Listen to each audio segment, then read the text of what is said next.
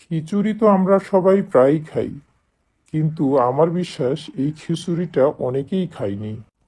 বৃষ্টি হলে আর শীতকালে খিচুড়ি খাওয়ার কিন্তু একটা ধুম থাকে। বৃষ্টির দিনে বৃষ্টির পানি দিয়ে খিচুড়ি খেয়েছেন কখনো? বৃষ্টির পানি দিয়ে খিচুড়ি খেতে যে কি মজা, এটা না খেলে বিশ্বাস করানো যাবে না।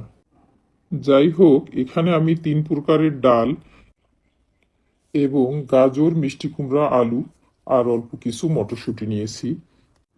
হাতে বানানো মাংসের মশলা, অল্প পরিমাণ লাল মরিচ, হলুদ, জিরা, আদা, রসুন, স্বাদমতো লবণ, মটরশুঁটি এবং সরিষার তেল দিয়ে ভালো করে হাত দিয়ে মাখিয়ে নেব। সয়াবিন তেলের চেয়ে সরিষার তেল দিয়ে খিচুড়ি খেতে কিন্তু বেশি ভালো লাগে।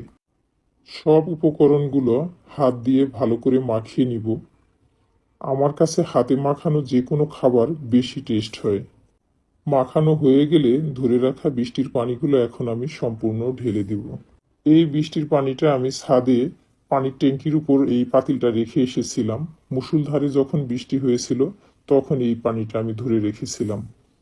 রাইসটা 90% কুক হয়ে গেলে আগেই রান্না করে রাখা গরুর মাংস ঢেলে দিব।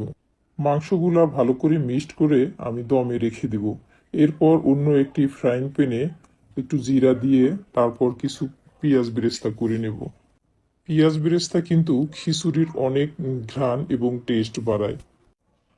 এখন আমার রান্না শেষ।